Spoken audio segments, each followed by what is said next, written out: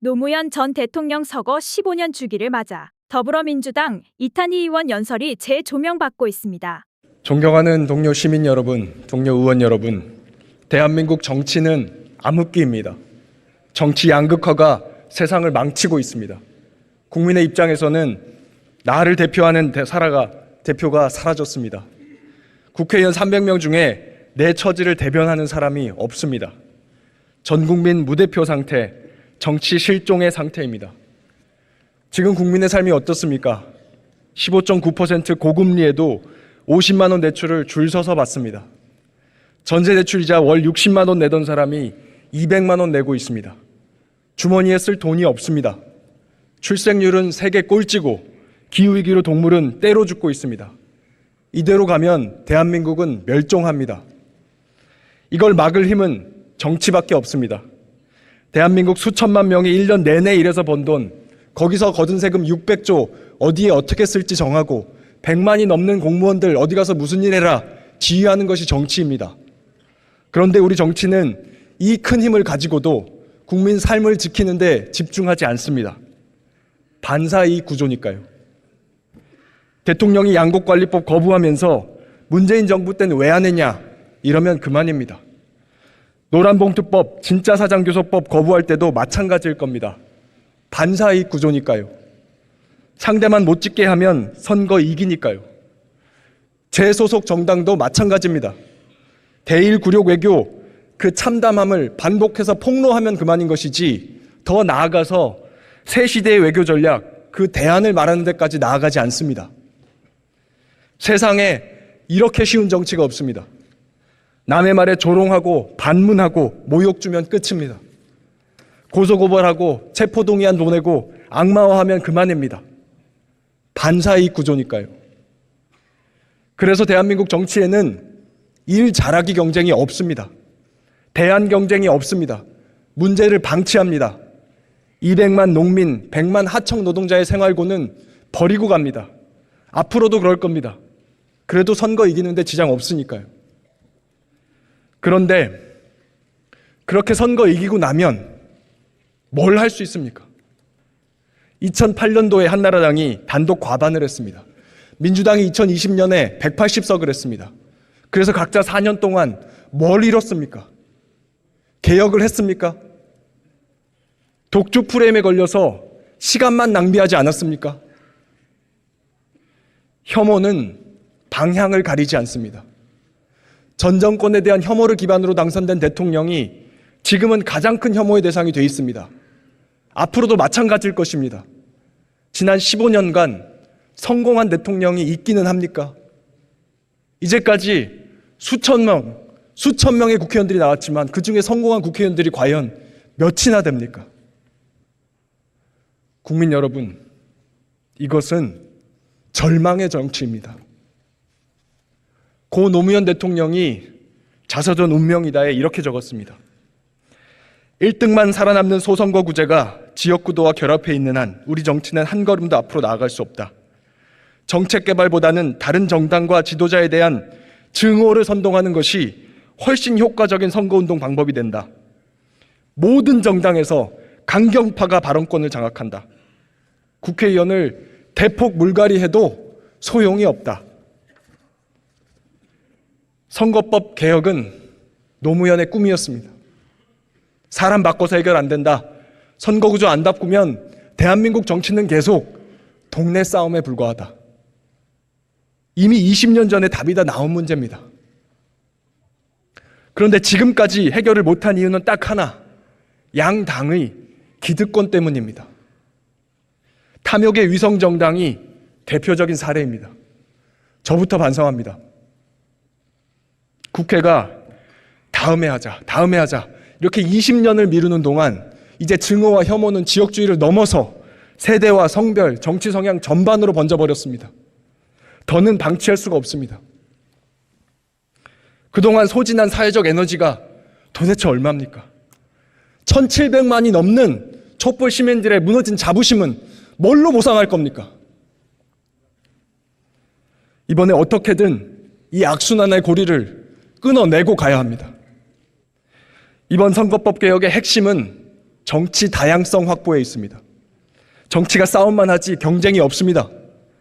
종의 다양성을 확보해서 경쟁을 되살려야 합니다. 김부겸 정도 되면 대구 출마해도 당선이 되고, 유승민 정도 되면 공천 안 줄래 안 줄 수가 없는 선거제도를 만들어야 합니다. 호남에서도 유권자들이 직접 후보를 선택할 수 있는 선거제도 만들어야 합니다. 그런 효과만 나는 선거제도라면 어떤 것이라도 찬성하겠습니다. 그렇게 해야만 정치 양극화가 해소되고 반사이익 구조가 깨지고 혐오 전쟁이 멈춥니다. 다양성은 강합니다. 다양성은 유리합니다. 다양성을 통해서 한국 정치를 멸종해서 구해주십시오. 그리고 한 가지 더, 선거구를 키워서 큰 정치인을 길러주십시오. 현행 선거구제는 국회의원, 시도의원, 구의원, 군의원이 거의 차이가 없습니다. 고 재정구 의원이 나는 빈민을 위해서 국회의원 됐는데 내 일정의 80%는 지역구 행사, 지역구 홍보다라는 말을 남겼습니다. 선거구가 커져야 의정활동 단위도 커지고 생각의 크기도 커집니다. 돈 드는 선거운동 방식은 바꾸면 됩니다. 유세차, 현수막 다 같이 없애고 TV토론 더 합시다. 권역 비례든 대선거구든 이름은 뭐라 붙여도 상관없습니다. 선거구를 키워서 나라를 이끌 수 있는 실력 있는 정치인들을 키워주십시오. 그렇게 해서 여기 계신 동료 의원들도 저 자신도 우리 마음속에 한때 품었던 초심의 좋은 정치인을 되살려서 후회 없이 마지막까지 일할 수 있게 해주십시오. 쉬운 정치의 유혹에 넘어가고 싶지 않습니다. 마지막 그날까지 초심대로 정치하고 싶습니다. 국민 여러분, 도와주십시오. 감사합니다. 이에 누리꾼들의 반응은 대부분 정말 노무현이 돌아왔다라며 응원의 메시지를 보냈는데요. 와, 정말 노무현이 나타났다. 모든 내용 100번 공감한다. 이탄의 의원님 바뀌지 않더라도 계속 외쳐주십시오. 언젠가는 마침내 우리는 눈을 뜨게 될 것입니다. 눈물나게 감사합니다. 대한민국의 미래가 보인다. 노무현 대통령이 환생한 것 같다. 응원합니다 등의 반응을 보이고 있습니다. 자, 그러면 지금부터 잠시만 집중해 주시기 바랍니다. 제가 구독자분들을 위해서 깜짝 선물을 하나 준비했는데요. 제가 항상 여러분들께 뭐라고 말씀을 드렸나요? 뉴스만 평소에 잘 챙겨보셔도 돈이 된다, 돈을 벌 수 있다라고 말씀을 드렸는데요. 자, 여러분들, 여기 보시는 이스라엘과 하마스 전쟁 같은 뉴스를 보게 되면 여러분들은 어떤 생각이 드시나요?